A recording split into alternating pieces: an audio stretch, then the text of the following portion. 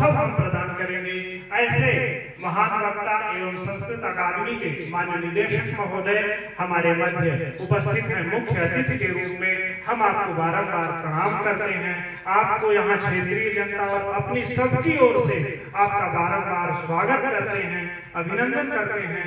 आप अपने उद्बोधन से, संबोधन से हम सभी को लाभान्वित करें। श्री दिनेश जी, संस्कृत अकादमी के अध्यक्ष निदेशक महोदय, बैठ कर बोल सकते हैं सर।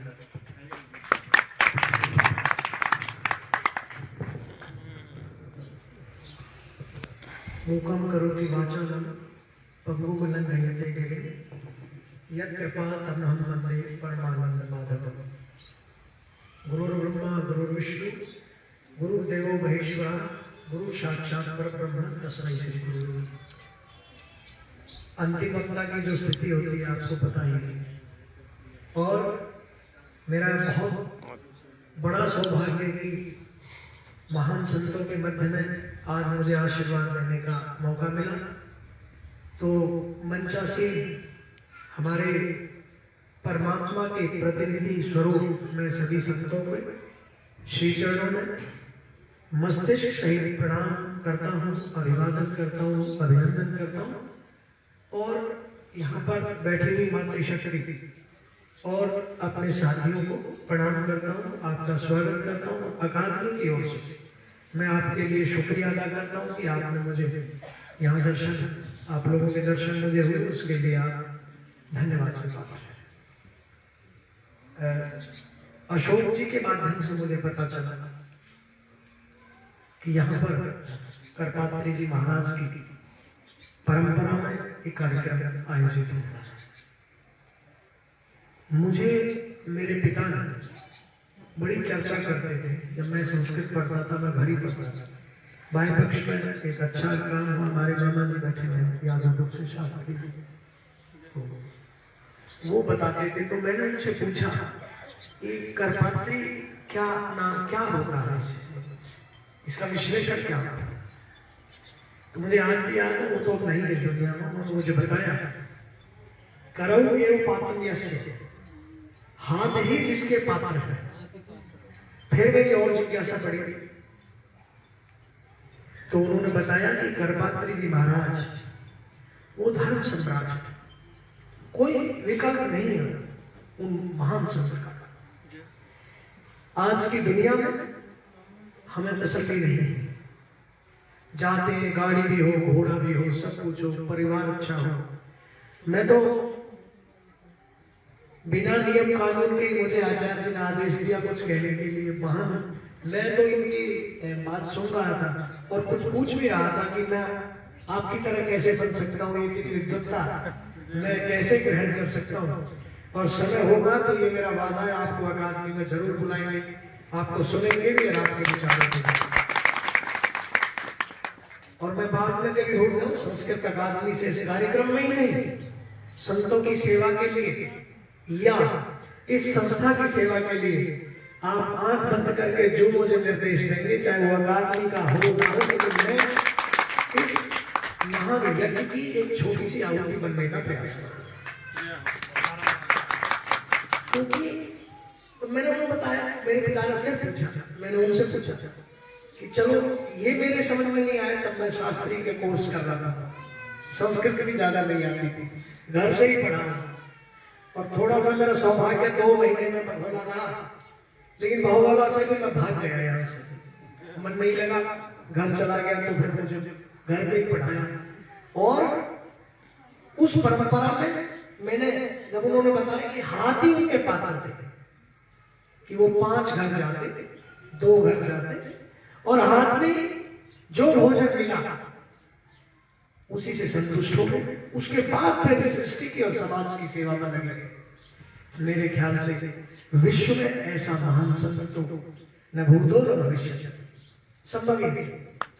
हम कहते हैं उनसे थोड़ी सी बात सीखे, थोड़ा सा भी वैराग्य ले लें, थोड़ा सा भी परोपकारार्थमिदं शरीरम, थोड़ी सी परोपकार की बात कर लें, दूसरे के भलाई की बात सोच लें, तो जीवन का महान आनंद आता है।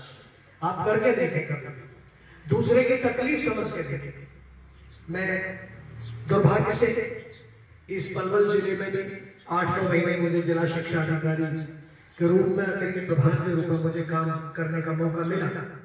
तो यदि यहाँ कोई व्यक्ति बैठे होंगे तो आप उनसे पूछ सकते हैं कि जब तक मैं यहाँ रहा कोई व्यक्ति, एक भी व्यक्ति पूरे 4 जिलों में खड़े होकर कह दे कि जी आपने हमारा काम नहीं किया या आपके यहाँ कोई रिश्वत ली हो।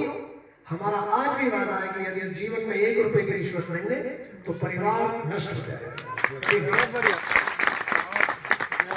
जहां तक मान सम्मान की बात, हमारा मान, हमारा सम्मान, सब कुछ हमारे महान संत हैं जो हमें दिशा देते हैं, दिग्दर्शन करते हैं, पथ प्रदर्शन करते हैं।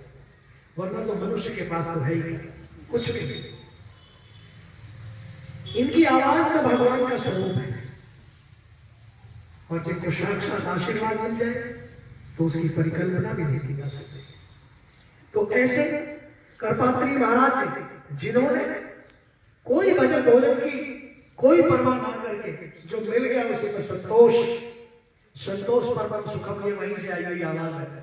और चलते गए और उस समाज का भला करते गए और उसी परंपरा में चलते हुए आज जिन महान विभूतियों के श्री चरणों में श्री रमेशानंद जी की, जो मेरे सामने चैतन्य महाराज जी के आज श्री चरणों में हमें मौका मिला, उस परंपरा के दर्शन होकर के हम भी आज पवित्र होने की एक लाइन में। और उन्हीं की स्थिति में महाराज जी ने आज कितनी ज्ञान पूर्वक बात बताई।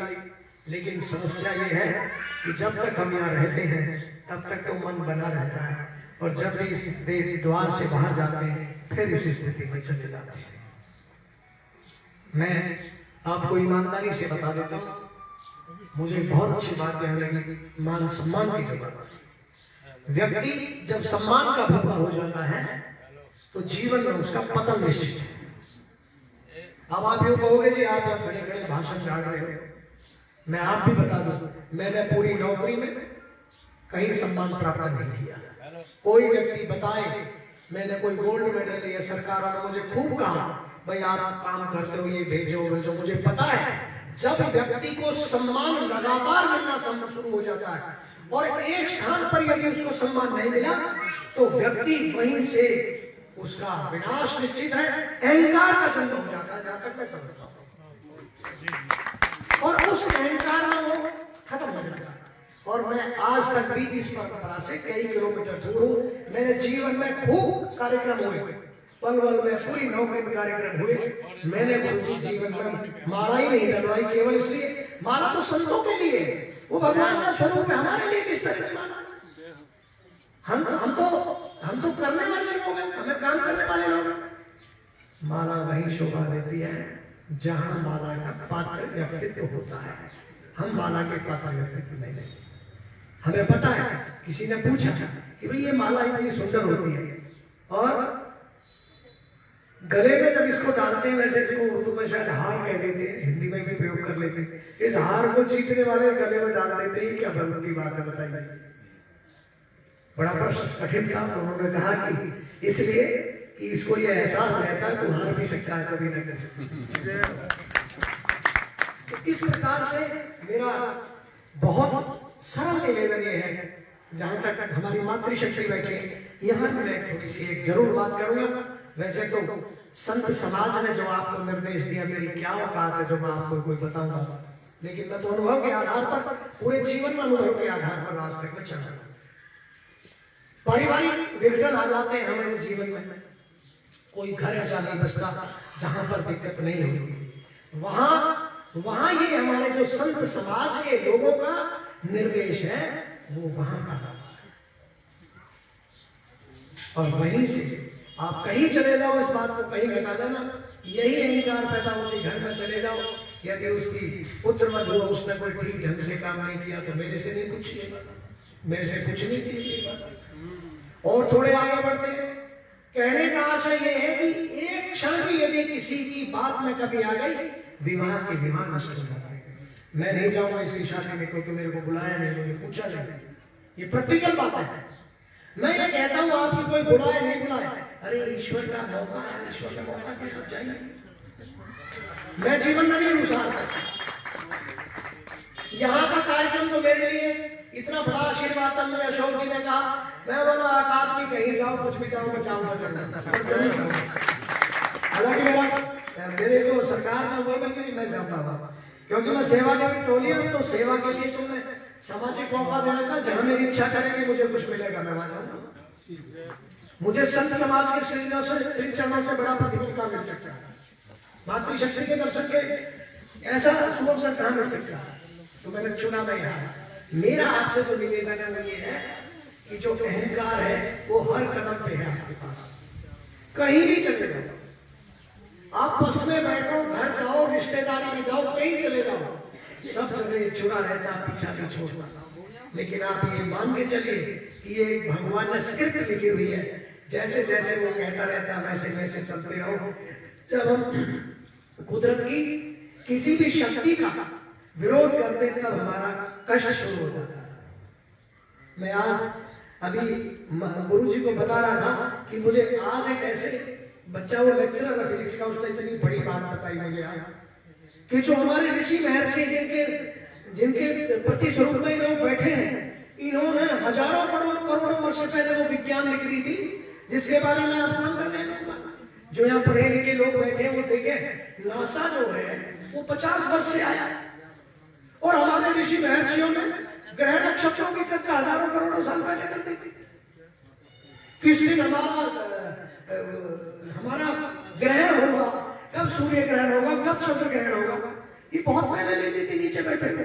अब ये टेलीस्कोप लगाते हैं, नासा की खोज हो रही है, ग्रह के ऊपर हवाई जहाज या अपने यंत्रों को छोड़ देते चित्र करते हैं। तो हमारे संत महात्माओं के पास जो मंत्र है, जो तंत्र है, वो पूरी दुनिया में कहीं नहीं। तुलसीदास जी ने अपने अनुभव से और भगवान को साक्षात मान करके मानस की रचना करी। एक एक शब्द, एक एक चौपाई यदि उसको पढ़े व्यक्ति तो उसको व्यक्ति हो जाएगा, वो अपनी जिम्मेवारी को निभा करके अपना कर्तव्य निर्वहन करेगा।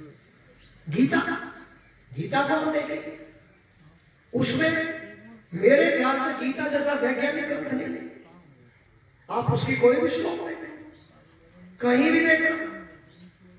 मेरा कहने का मात्र ये है कि हमारे ऋषि महर्षियों के द्वारा जो रचित